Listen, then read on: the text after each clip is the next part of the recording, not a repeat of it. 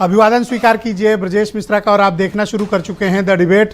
बहनों भाइयों, उत्तर प्रदेश की असेंबली जब भी चलती है बवाल चलती है, बहुत हंगामा होता है और दो बड़े हाई प्रोफाइल पॉलिटिकल लीडर्स जब आमने सामने टकराते हैं तो क्या होता है। उत्तर प्रदेश की असेंबली इन दिनों जब भी चलती है आकर्षण का प्रतीक बन गई है।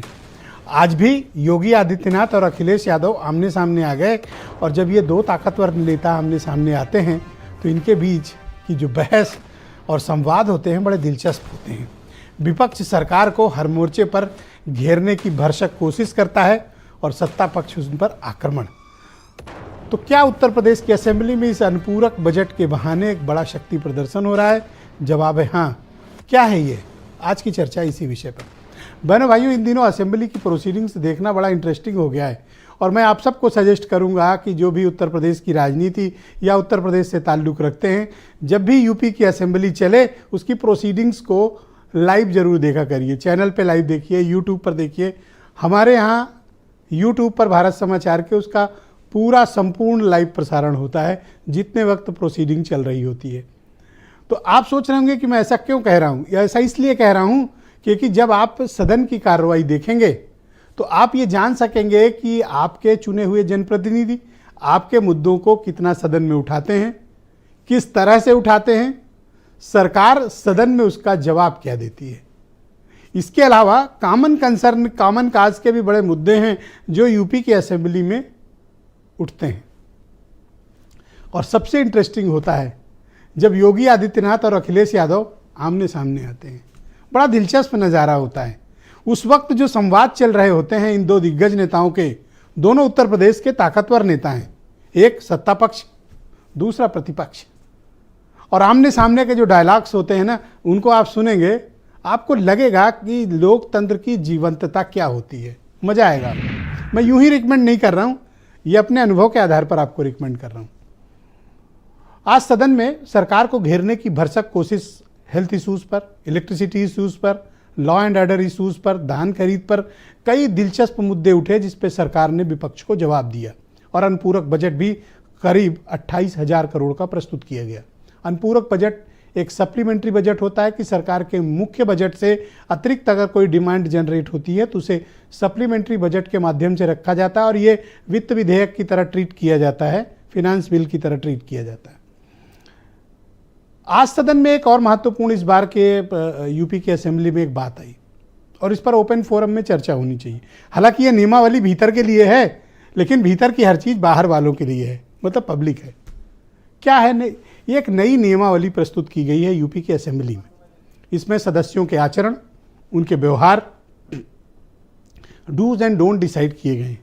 जैसे जोर जोर से हंस नहीं सकते, बहुत जोर चिल्ला नहीं सकते, तख्ती नहीं दिखा सकते, पोस्टर नहीं लहरा सकते, कोई ऐसी आपत्तिजनक चीज़ लेकर सदन में नहीं आ सकते, मोबाइल नहीं रख सकते, सदन की लॉबी में कोई धूम्रपान, खैर वैसे भी वो गलत काम है, पोस्टर लेकर नहीं आ सकते हैं, किसी भी प्रकार की कोई बैनर, तख्ती, इनके लाने पर भी प्रतिबंध लग गया है।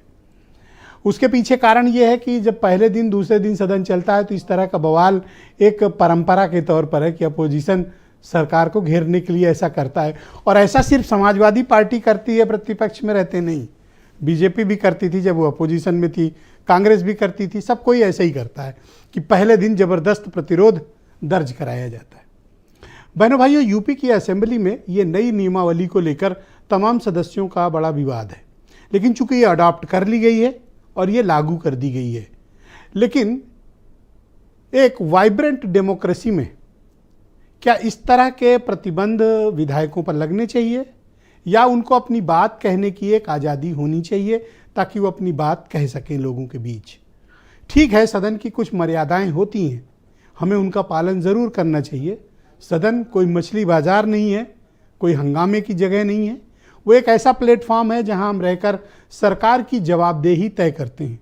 वही एक इकलौती जगह है जहां पर सरकार जवाबदेही के दायरे में खुद ब खुद सामने मौजूद होती है और उससे उच्च कोई जवाबदेही उत्तर प्रदेश की हुकूमत में नहीं है।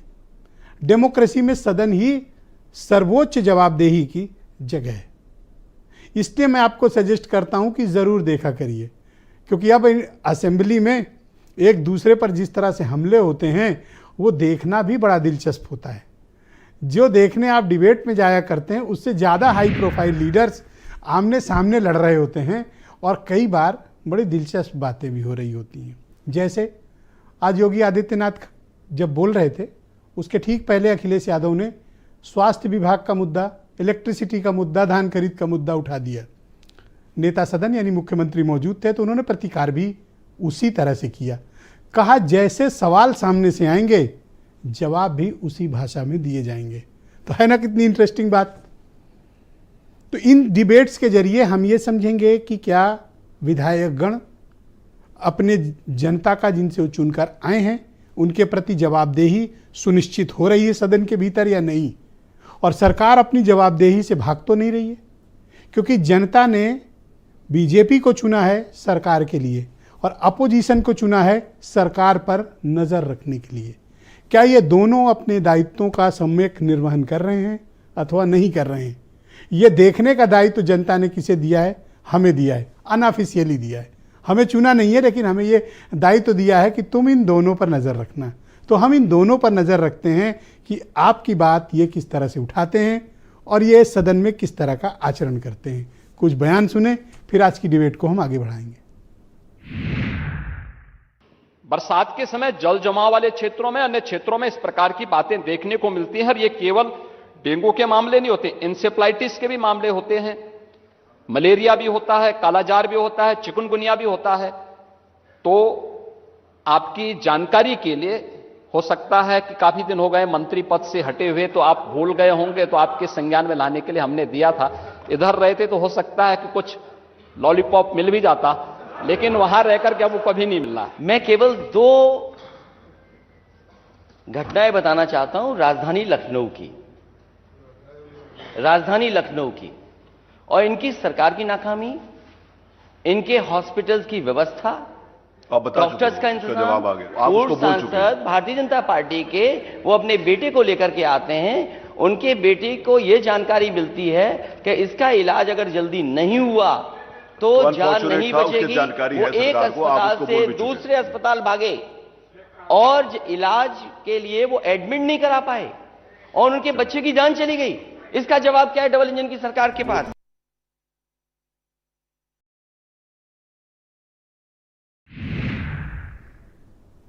तो लगा ना आपको कितना इंटरेस्टिंग काम हो रहा है। इसलिए कल जब सदन की कार्रवाई हो तो भारत समाचार यूट्यूब पर सदन की कार्रवाई लाइव प्रसारित करता है। चैनल पर भी दिखाते हैं लेकिन यूट्यूब पर पूरी कार्रवाई का प्रसारण होता है। ज़रूर देखिएगा, कल भी बहुत दिलचस्प बहस होने वाली है। एसएन सिंह भारतीय जनता पार्टी के प्रवक्ता हैं, मेरे साथ मौजूद हैं। दीपक रंजन समाजवादी पार्टी से हैं। सुरेंद्र राजपूत कांग्रेस से हैं। ब्रजेश शुक्ला जी जाने माने पत्रकार हैं राजनीतिक मामलों के उत्तर प्रदेश के। अरुण राजभर एसबीएसपी के प्रवक्ता हैं और वीरेंद्र सिंह जी हमारे स्टेट हेड। आप सबका शुक्रिया और धन्यवाद इस दिलचस्प डिबेट का हिस्सा बनने के लिए।